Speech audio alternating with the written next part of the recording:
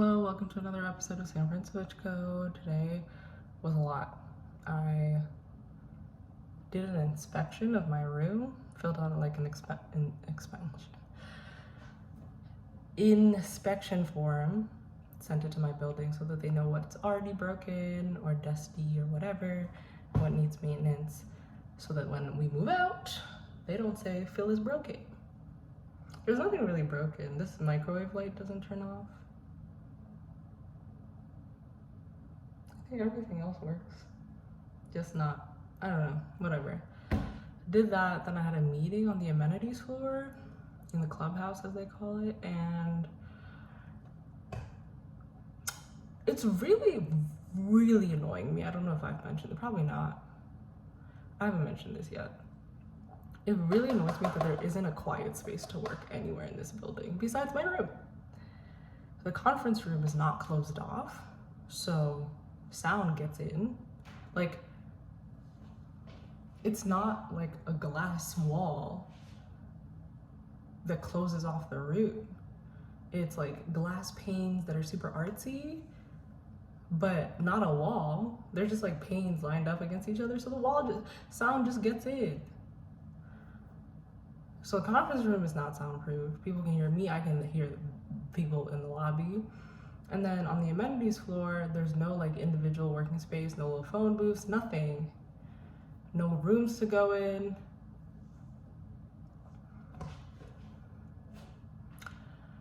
So I had to mute myself the entirety of my meeting except when I was talking, and it was a one-on-one for context of why that's awkward. Because I'm like laughing and saying yes, or like, you know, back channeling, by the way, that's what it's called, yes, etc. in linguistics, when, you know, you respond to what someone's saying but without a full thought. You're just like affirming or questioning what they're saying as they go. And they can't hear me do that. They can't hear me do that because there's always music blasting, because I'm in an open area instead of a closed off room. And it irritates me. It irritates me a lot. That and this place not having a rooftop, both of those things irritate me. I can't tell which one irritates me more. Probably the workspace thing, because it affects me more frequently. I'm not gonna be on the roof all day, every day. But bruh, I literally mentally prepared myself and planned around trying to do work from here. And I don't want to work in my living room. I didn't move into a new apartment just to work from home again. That's not the point. Well, I'll work from home as in my room. I'll work from the building, but not my room. And it's frustrating because other apartments that I toured had like whole co-working floors, individual phone booths, all types of spaces. Bruh. And the thing is, I'll be like, well, you know, it's fine. I only have to worry about it until we go back to work. But when we go back to work, we're only going back to work 2 days of the week. Majority of the week I have to work here. Let alone when I'm not working but still working, aka doing book work. Lord. Anyway, so then after that I ran to WeWork before therapy, had my little therapy appointment, then scarfed on some lunch before I had back-to-back meetings. Up until 6. If you can't tell, I'm burnt out. I am. And there's literally nothing I can do about it. I took Monday off because of this COVID shot. Took Friday afternoon off because I was moving. But there's not really much I can do for an actual week off, because if I take work off, I still have to do book stuff every day. And there's this program I'm in called Color Wave that's developing POC leaders in startups. That's every day. Well, it's 3 days a week plus homework. So basically every day. So it's yeah, Phyllis, go on vacation, take time off work. No. I'd rather just be at work and accumulate the vacation for when I can actually really take one. Oh my God, I'm gonna stab myself in the eye. What did am I happy? Surprisingly, yes. I'm stressed, but that doesn't mean I'm not blessed, okay? I am happy, actually. I'm feeling better. Still, like, my chest hurts. I'm having trouble breathing. My chest looks kind of weird. Like, I just took a shower and my chest looks kind of weird in the mirror. Like, I can see. I don't know if it's appropriate to show this on YouTube. I don't know if you can even see it. Probably not. You can literally see my veins, like blue highways across my chest. And that's a little concern. I feel like my body shouldn't feel so exposed. My blood vessels shouldn't feel so exposed. I'm a little worried. Like, maybe that's just a response to the fact that I starved for 2 days. And at some point it goes back to normal. Or something else is wrong. But all I know is popping out the shower and seeing blue all across my chest. I was like, yeah, those aren't supposed to be visible. So I'm happy, I'm stressed, but I'm blessed. Finally, I can sleep. This bed is so much better than my other Airbnb. I have soft little pillows, thanks to one of my friends who sent me pillows.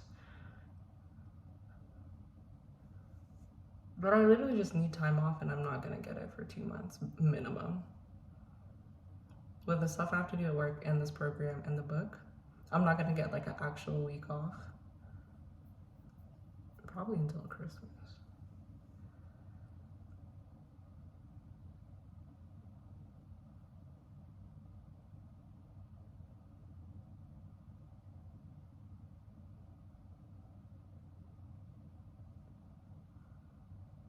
I have no idea what to do with that information. Because it's literally information I can't change. Whew, God.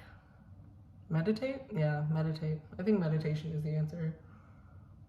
Right? Like, if I can't do anything with the time on my calendar, then I have to be more present and peaceful in that time.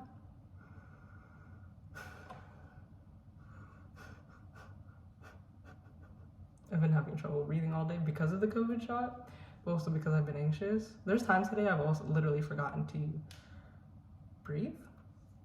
I've been tapping my foot all day, biting my nails, biting my lips, AF.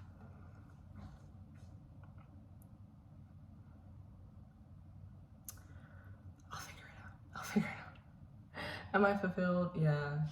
Got a lot of stuff going on because vibes. That's fulfilling. I finished the first round of edits of the entire book today. It feels good. That feels good. And hopefully I'm gonna learn how to make mac and cheese soon. So I'm sure cooking will be very fulfilling. And what's the last question? Oh, what did I learn about Oakland today? WeWork's 20 minutes from here, 20 minutes walking. Like the WeWork I used to go to that I thought was hella far. I like got there and then one of the employees was like, how did you get here? And I was like, I walked. And she's like, oh my God, you need to get a bike. I'm like, bruh, I can tell that you've only lived in dense cities if you think 20 minutes is a long walk. I was easily walking 40 in Houston. Easily. As you know, people aren't supposed to be walking in Houston. You're supposed to have a car if you're in Houston. But I didn't. Also, get some exercise. 20 minutes isn't anything. 20 minutes in Kenya, 20 minutes in Houston. Where else have I lived? Boston. 20 minutes in Boston is a lot, though. It's a lot. And the only reason I'm saying it's a lot because I was on campus. So 20 minutes means I'm leaving campus, and that alone is a lot. 20 minutes in Drake, yeah, nah. Drake and Mass, where I used to live. Everywhere I've lived, like 20 minutes of walk is not that big of a deal, except when I was on campus, because everything's 3 minutes or less. And everything here low-key is 3 minutes or less, so I understand why she said that. I still think it's an incorrect sentiment. Whew. some other wild stuff happened to me today. I can't tell if I'm just gonna devolve this into a vlog. It's supposed to be a vlog, but centered on those 4 questions.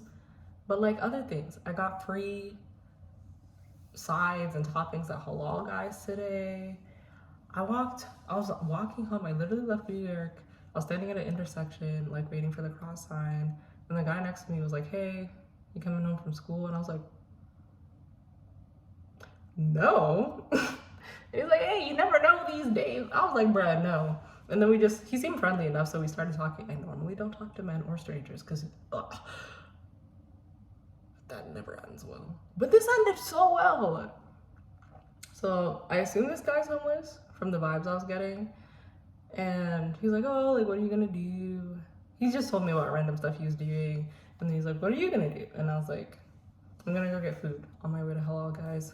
And he was like, he didn't know that I was on my way to Halal Guys. He thought I was just getting food in general. He's like, "Oh, where are you gonna go? Like, you can use my food card." And I was like, "Oh, that is not how I expected this conversation to go." You know, like you mentally prepare a script. You have an arrangement for how conversations with people who seem homeless or are homeless go, which is they're gonna ask you for money. And the fact that I had this conversation with this man, and he was like, "Here's my money," threw me for a loop. Super sweet, super generous. Maybe it was backhanded. I don't know. I'm not gonna read into it too much. I'm just gonna take it at face value and say that this guy was super nice. Because like I said, we were having a whole conversation and vibing, so maybe he felt friendly. And either way, I was like, "Nah, bro, I'm going to a restaurant." He's like, "Oh, I don't have that kind of money." And I was like, "It's okay, like, it's fine." And he's like, "Oh, what are you gonna treat yourself to?" And I was like, "Halal Guys." He's like, "I'm not familiar." And I was like, "Oh, well, I'm going to Halal Guys." And he's like, "What are you gonna get?" Well, yeah, we just talked. We literally just talked. We just kept walking and talking until he got to where he was going. And he's like, "Oh, well, this is where I have to go, blah, blah, blah, see you around, bye." And I was like, "Bye." That's literally what I did. I was like, "Bye." Because it felt like I was saying bye to my friend. Like, bye. It was so cute. And so random, because I hate talking to men. And I kind of avoid talking to strangers. Let alone at an intersection. Let alone ones that I think are gonna ask me for money. And this was just like such a positive conversation. I don't know. Maybe I need to revise my "I don't want to talk to people" thing, because maybe they kind of nice. They're usually not. There's a reason I have that rule. But I guess, like, what's the worst that can happen? I know the worst that can happen. There's a lot of worst that can happen. And I don't want to ever experience a lot of them again. Whew, Lord. But you know, maybe this is a different context. I'm in a different city. I'm older. Maybe I'm more socially equipped to handle situations that were scary for me before. I'll find out in therapy, I guess. What did I learn about life in general? Wait, did anything else happen today that I wanted to talk about? Call guys, FaceTime my friend, did work on the book, finished the first round of revisions, came back here, was talking to my boyfriend. That went not how I expected. Took a shower. Ooh, it feels so nice to have warm water and solid water pressure. I've showered twice today. I don't know, maybe y'all are already out there doing that. Don't drag me. I'm just saying, twice is not my routine. That's a lot as far as I'm concerned. But, you know, I woke up and I was like, pick me up shower. And then I was stressed at the end of the day and I was like, get my mind off of this shower. And that shower be hitting, bruh. Low key, I might run the water bill up. In the name of a good shower, I just might. And now I'm filming. I put the clothes back on that I was wearing today, so I wouldn't film in a robe, because I have conflicted thoughts on whether I'm gonna keep doing that. Did I mention I had a salmon burger yesterday? I did Amazon Fresh. Made a salmon burger. Made a fruit bowl, chopped up strawberries and blueberries. Blueberries aren't chopped up. They're just rinsed, just like the strawberries, chopped up in a bowl. That's what I had for dinner last night. My first meal in 2 days. Made me hella nauseous, definitely wanted to throw up. And that's what happens when you force yourself to eat when you're nauseous. But you have to eat because you haven't eaten in over 48 hours. Had it for breakfast too, because they made 2 salmon burgers. Not gonna lie though, the breakfast was half of the one I didn't finish last night. Still made me nauseous. Still super gross. The burger actually might not be gross. I'm just still recovering from this second COVID dose. Bars, bruh. Oh my God, did somebody get that? I need it. I need it on a track. I love when I accidentally rhyme. Fire.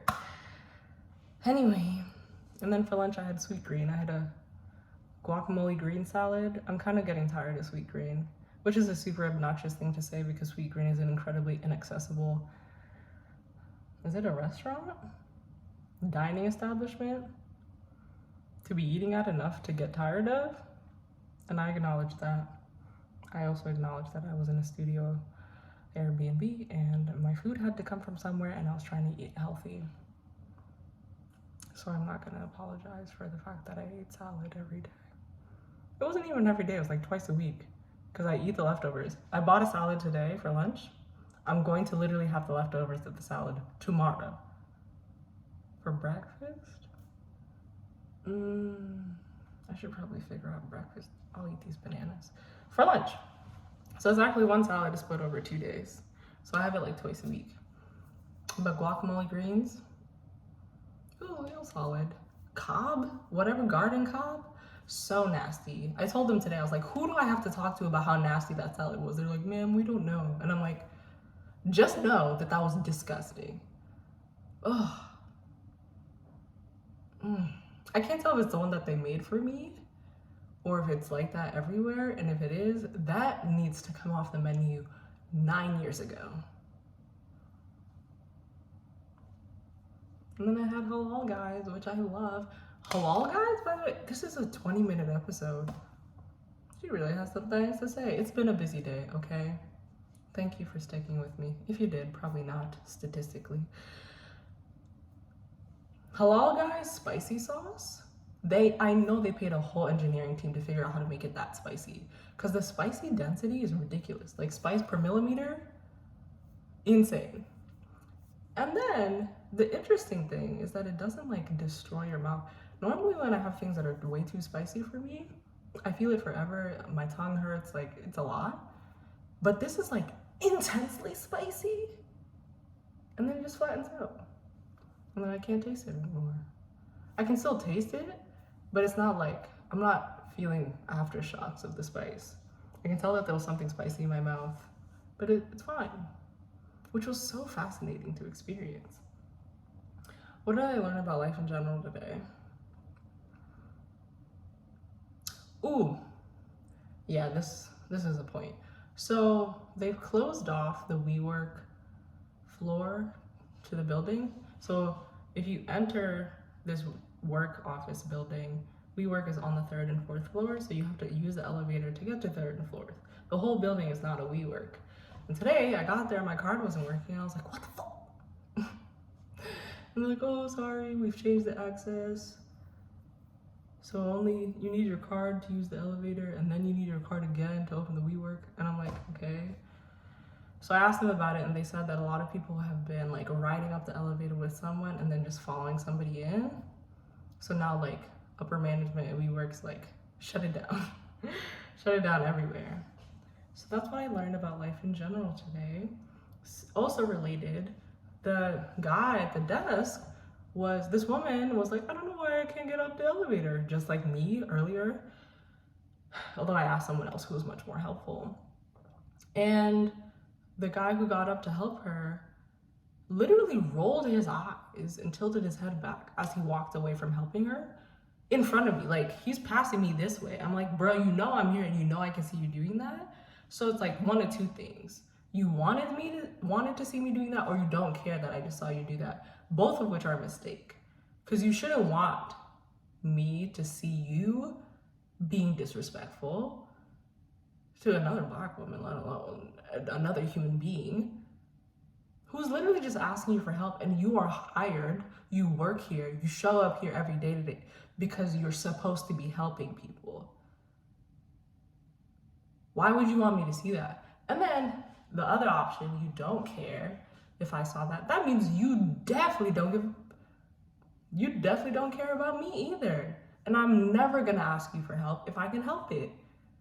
If you're gonna be rolling, you're basically telling me, yeah, I just rolled my eyes at her, and what? Or you're telling me, yeah, I just rolled my eyes at her, and I'm gonna roll my eyes if you ask me for help too. Like, maybe I'm reading into it too much, but there's no positive way to read, I work here to help people, and I'm rolling my eyes at the fact that I had to help someone who wasn't being disrespectful to you, who asked you a genuine question. That really made me upset. Really made me upset, because I say good morning to him every day. And you know what? I'm not gonna say it anymore. You might be like, Phyllis, that's petty. You should, if he's nice to, he's not nice to me. I go out of my way to say good morning, even though he doesn't want to talk to me. And like, if that's his energy, you're getting no more good mornings from me, sir. No good evenings, none. Like, at first I was like, oh, maybe you're shy. Maybe you just don't feel like talking. It's whatever. But now I know you're just disrespectful. And you don't care how nice and pleasant people are to you. You're just going to be disrespectful. So what I learned about life in general is that guy, WeWork's trying to shut down all access to buildings. That guy doesn't want to help people. And I made a mental note to try really hard not to be like him. Because I've probably done the same thing. I probably rolled my eyes at helping someone because I'm so aggravated. Other people have seen me do it, been super put off and think that I'm gonna treat them like that, which may or may not have been true at the time. And that's not okay. Literally just be nice to people. Good night. Bye.